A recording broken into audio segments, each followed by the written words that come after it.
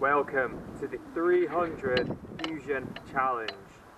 You've got 8 exercises. Each exercise is a different repetition range. Exercise number 1 is press-ups. You've got to do 50 press-ups in 2 minutes. So, easier option, on your knees into 3/4 press, hands out shoulder width apart, wider than shoulder width, body weight forward, chest down, push all the way up for 1 rep. Slightly harder option, come off your knees, body weight forward, chest down, push all the way up for 1 rep. So every time you come up, that's 1 repetition. You've got to get 50 in 2 minutes. Exercise number 2 is 25 burpees in 2 minutes. So, easy option. Squat down, hands to the floor, nice flat back. Step it back to plank. Back to squat, squeeze the butt in, stand tall. Harder option, squat down, jump it back to plank, back to squat. Arms go up and a big jump to finish off for 1 rep. Exercise number 3 is tricep press. So you're going to have your hands in fairly close, about shoulder width or even closer. You can go for diamond press. Do this on your knees or into full plank push-up. So hands quite close in, squeeze the belly in, elbows into the side, nice flat back. Push through the palms, straight back down for 1 rep. Push through the palms and then straight back down. You can do it in full plank as well. Exercise number 4 is squat thrust row back.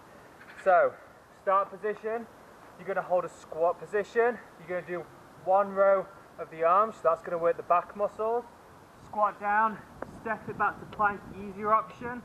Back to squat, and then row back, 2 reps. Harder option, jump it back to plank, back to squat, row those arms back to plank, back to squat, and row up.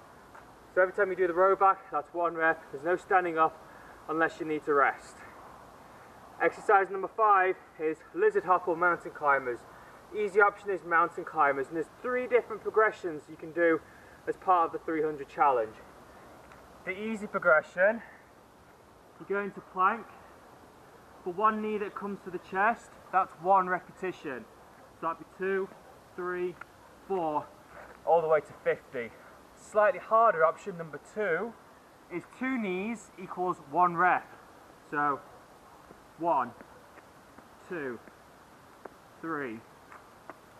And the hardest option is lizard hops. Lizard hops, try to focus on 1 side of the body first when you do the moving. That's a little tip there when you're doing lizard hops. It looks complicated, but once you do the rhythm, it's not too bad. So you're going to start off 1 side of the body meeting or touching together. I've got my forearms just touching the knee there, and the other 2 limbs are going to be quite far apart. All you're going to do is just take a hop and switch places. So squeeze the belly in, and you're going to jump and switch places there. So now I've got my other forearm touching the knee there, and the other limbs are quite wide out. 2, 3, 4, 5. Really good for the core, shoulders, chest, and legs. I'll just show you front on now with that one. So forearm, knee to elbow touching there, nice flat back, and switching, and switching. Again, you've got to do 50 in 2 minutes. The next one, exercise number 6, is star jumps or squat jumps. Either option is good. Star jumps, arms and legs come up off the ground, big explosive movement. 1 repetition, land nice and soft, always keep that chest up, breathe out, 1 rep, 2 rep, 50 reps. Now this is how not to do a star jump. Try to avoid any fast movement. Okay, it's about taking a big explosive movement and then slowly coming back to center. So it's 1 big jump, breather. If you go with that pace throughout the time, you'll probably get about 60 or 70 star jumps in 2 minutes. The other option is squat jumps for people who don't like doing the arms and the legs. So squat down, chest up, and take a jump. Make sure the knees don't go over the toes. Always keep that chest up, especially when you get towards the end. What you may notice in your clients is rounding forward, so as they squat, they may end up doing this rounding, which is really bad for the spine. Try to keep that chest up, reinforce that technique all the time. Looking straight ahead. They round forward, probably best to have a breather. The next one is shoulder press, exercise number 7. Now you've only got a minute and a half, like with the triceps, to do this exercise. So hands are going to be shoulder width apart. You're going to, easy option, lift the bum up and just slightly bend the elbow for 1 rep. Just slightly bend, 2 for 3. Slightly harder option, all the way down and push up, all the way down and push up. So those are your 2 options. Again, if it's just a little bend of the elbows, that's going to be really working the shoulders. Alternative, just hold it till the end of the time. So if you really cannot even bend the elbow a little bit, just tell your clients to hold that downward dog till the time's up. The final exercise is 50 reps of sit and punch, 2 minutes. So on your bum, key for these sit-ups, never slam the back on the floor. You've got to slowly roll down, 1 vertebrae at a time, come up strong, punch. So 1 punch, that's going to be 1 repetition. Down, all the way up, 2 reps, 3 reps, 4 reps. So 50 of those in 2 minutes. Slightly easier option, they can just do a crunch. If anyone is struggling doing a full sit-up, maybe just do 50 crunches instead. So just coming quarter of the way up and back down again, working the core and the abdominals. Then you've got the finisher. So 1 to 8 equals 300 reps.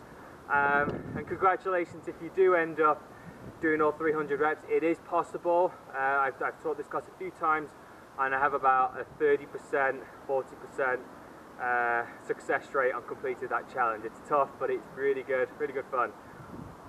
The finisher, you've got power pumps and plank hip dips. Power pumps goes on for about a minute. Really bizarre music for it as well, but it really does get the arms going for it. What you're going to do, you're going to squeeze the shoulder blades back, bring that chest up. That's key to get that technique out. Otherwise that core is not going to be working as much and the lower back's going to take in. So heels are going to be on the floor, shoulders back, chest up, arms straight, slowly come back, and all they're going to do is start pumping them arms. So this is a Pilates movement, working the core. They want to make it a bit harder and go a little bit lower, but if they don't start to feel complaint in their lower back, they've got to come up a bit more. So even if you've got a nice straight back there and squeezing the belly in, that's going to work the core just as much, okay? If they really tighten that belly in towards their spine, they should feel nothing in the lower back. And the last exercise is plank hip dips. You're going to do this in half the plank, so elbow in line with the shoulder, knees off the floor, squeeze that belly in super tight. Easy option, hold it till the end, because after doing all those power pumps, your clients are really going to feel it. So maybe just holding a plank and doing sets, doing 10 seconds, have a few seconds breather, try another 10, 20 seconds, and then have a breather there. Harder option, you're going to try the plank hip dips. Plank hip dips, holding that plank, squeeze the belly in, and slowly, on the toes, just going to rock the hips from left to right.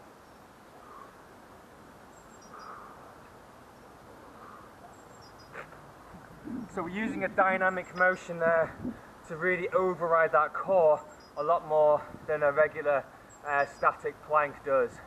So whenever you're doing that plank hip dip, try to make sure that the back stays perfectly straight and there's only rotation coming in through the hip, which is being transferred from the toes only. And that's it, the 300 challenge.